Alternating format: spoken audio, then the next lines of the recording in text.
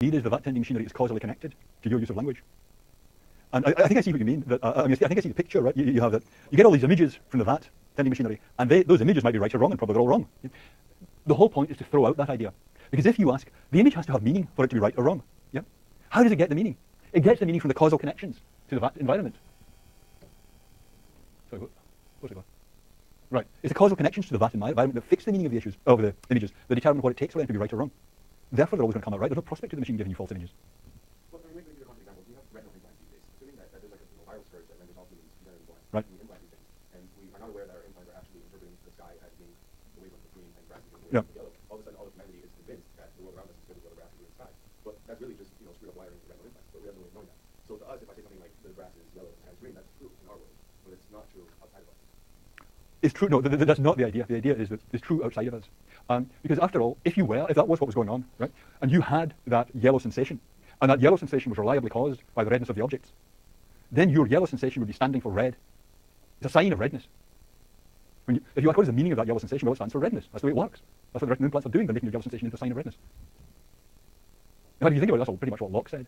Your colour sensations are just signs of whatever causes them. That's right. That's right, but in your case of the retinal implants, yeah, but so long as it's some regular pattern, that's fine. You're using a sign to stand for whatever is regularly causing it. You might use a different sign to me for the very same stuff. That's fine. What are you going to use? Sorry, I thought I saw you put your hand up. Okay. Yep.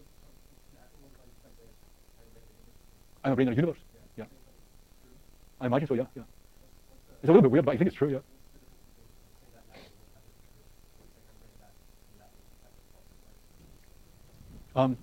Well, because your word vat is not caused by it's not caused by vat, right? What causes you to use the word vat is just patterns of electrical stimulation.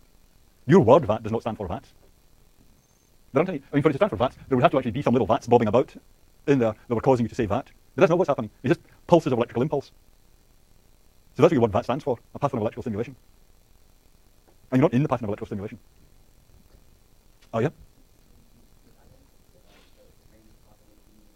Is the brain thought what? Yeah, you just got to work through it. I mean, I hope you start to get the hang of it. You just work through. What does human stand for in VAT English? In I've been kind of sliding over this, but in is actually going to be just the same. When you and I use the word in, it's always in response to this kind of spatial relation between two objects. Yeah. When the brain uses in, it'll be in response to some quite complicated relation between one set of pattern of electrical stimulation and another set of pattern of electrical stimulation. And it'll be causally responding to that when it uses the word in. Yeah. So that's what its word in will stand for: a relation between two patterns of electrical stimulation.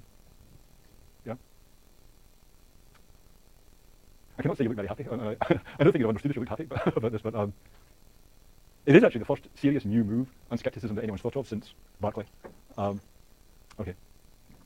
Are you happy that you see the logic of Putnam's view? You don't see the logic? Oh, you're not happy? Right, that's fine. That's good. I actually want to pick up on something Ian said last time, that in a way, what happens here is, you remember when we were talking about Frege and Russell? There's that picture when meaning is fixed by sense, and then there's a reference. This is really a picture where the meaning is constituted by the reference. Right? So that the meaning of the brain's signs are all fixed by what objects the brain is talking about. Yeah? There's no meaning without reference in this picture. So the way the argument goes here is showing that whatever the usual causes of your thoughts, your signs just change their meaning so that they're always tracking the usual causes of your thoughts. So you can't be making mistakes about the usual causes of your thoughts. That's what skepticism tries to do. It says your thoughts could all be the same, but the causes vary. Putnam's point is if you hold a Kripke-style theory, causal theory of reference, your thoughts can't all stay the same, even though the causes are varying. But then suppose that skepticism says your ordinary perceptions and thoughts and sensations don't have any causes. I mean, the way skepticism is usually put is in terms of these causal hypotheses. Maybe something other is making your sensations happen than you think. But really, that's not the core. You might think, look, these are just fancy ways of getting at the basic point. The basic point is, maybe there is nothing at all in the whole universe except this succession of sensations that you are having. Maybe there is not even a vat. Maybe there is not even the vat-tending machinery. Maybe all that there is, this is the whole universe, is images in the void. Take your own stream of consciousness, right from birth, right from when you started. Maybe that's all that exists in the entire universe. Maybe that is the universe. So there's no external causes. There's no evil scientists, no demon, none of that stuff. Right? That's just the most radical skeptical hypothesis. In order to defeat skepticism, we have to defeat this. Yeah? But suppose you hold a causal theory of reference and you say, well, now, suppose there are only images in the void, so there's only my experiences, and they don't have any causes. It's just this going on, spinning in emptiness. Then you're not causally or contextually connected to anything. This is not like an earth case, this is not like a twin earth case, this is not like a vat case. We just subtracted anything that you could be causally connected to. That's one way of stating skepticism, yep. You could be causally connected to each other, sure. But how should I say? Your images actually are causally connected to each other. Right? I mean, the feelings you have at one time might be affected by the feelings you have at an earlier time. That doesn't make it that the feelings you have at the earlier time are what you're talking about. That's not the right kind of causal connection. But anyway, suppose that in this scenario, where it's only images and a void, suppose the earlier ones are not causally connected to the lesser ones. Suppose there is just this stately progression, one after the other. Maybe some patterns of similarity between them, but it's not that the earlier ones are causing the lesser ones. It's just a sequence of images. Then, what are you in a position to think about? You're not causally or contextually connected to anything. Your signs don't refer to anything. Therefore, you're not thinking. So, that could really happen. I mean, you can make sense of how that could be. It's not even that you think you're thinking, because, then you'd be thinking, right? But you're just having these sensory experiences. The thing is, you could put it like this. Davison had this example. I don't know if you come across this case. It's midnight at the lagoon outside the village. Deep in the swamp, there is nothing but dying and decayed vegetable matter. Suddenly, a bolt of lightning strikes the swamp, and out clambers a creature festooned with dead vegetable matter that otherwise is molecule for molecule identical to you. Swampman has all the same sensations as you. If your arm hurts, then Swampman's arm hurts. But what is Swampman thinking about? Could Swampman be thinking about your friends? Swampman's never met your friends. Swampman is not causally connected to your friends. Right? So Swampman's in no position to think about anything because he just came from the lagoon. So there's a creature that has sensations but no thoughts because no causal connections. We just made Swampman out of nothing pretty much. And there's no causal connections that Swampman has to anything. He's not in any chain of communication. So he's not thinking about anything. Yep. But he's not causally connected. He's like you, right? The molecules are very similar. But I promise you, he's never met any of your friends. He came into existence just in the stroke of midnight.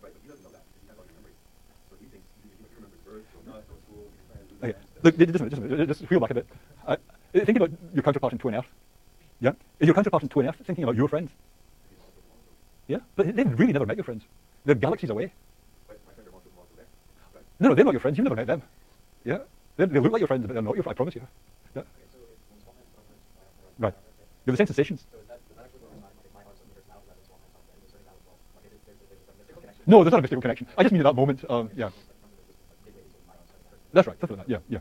That's right, there's just that moment of intersection between the two of you. Yeah. So he's set up for thinking the way you are, but because he's not embedded in any world, he's not in a position to have any thoughts at all. Yeah? You see the point? I mean, you couldn't, I mean, he's never met any of these people. How could he be thinking about them any more than you could be thinking about particular people that are galaxies away? I mean, you're not in a position to think fond or affectionate thoughts about people who are galaxies away. Yeah.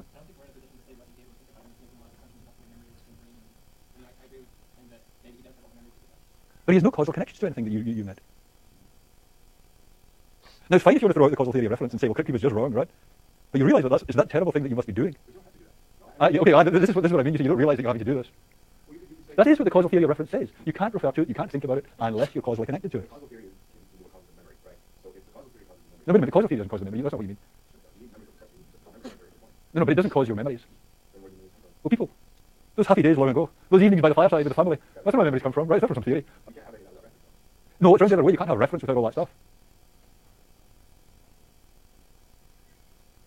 When I remember playing with Auntie M around the fireside, when I was 5, the only reason I can think about Auntie M is that I was causally connected to her, that I met her, that I interacted with her. That's right, that's what I'm saying.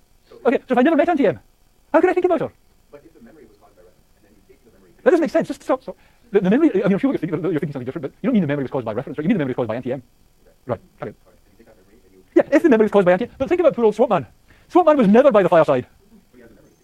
He can't have the memory of being there. No, that's just denying the causal theory. The causal theory says more is required for you to be thinking about something than the molecules. You've got to have the causal connection. That's just what the causal theory says. I'm sorry, there was so someone hasn't raised a question yet? No? Okay, yeah. So I remember my psych class there where we just started to show people pictures of other people who, adults, they showed pictures of children who they said, this is you at, right, 5. Yes. And they were on a bike. Well, no, they didn't actually learn to ride a bike until they were 6. Right. The child Yeah. riding a bike was 5. Yeah. They then, and the researcher said, this is you. The people then actually thought it and remembered riding a bike at 5, even though they didn't ride a bike. And they only rode a bike at 6. Right. How can you expect how does this work? Oh, they're your people who just have memories that are wrong, Okay. right? But they're not causally connected to the bike at 5 or that child. I mean, yet they were- Well, they must. Well, if they're thinking about that particular bike, yeah, they couldn't do that unless there had actually been such a bike in their past. But they're thinking about that bike, and they can remember details. What bike? Maybe so you're telling me I never had a bike, let's say, right? I never owned a bike. It was a really sad childhood, but you're saying nonetheless there's some bike I could be thinking about. What bike? What are you talking about? What bike? What bike am I thinking about? The bike in my brain. Is that what they teach you in psych? But there isn't a bike in my brain. There's nothing for me to be thinking about. I don't believe this or not.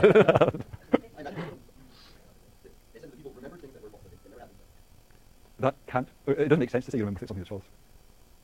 And you, yeah, yeah, yeah. Right.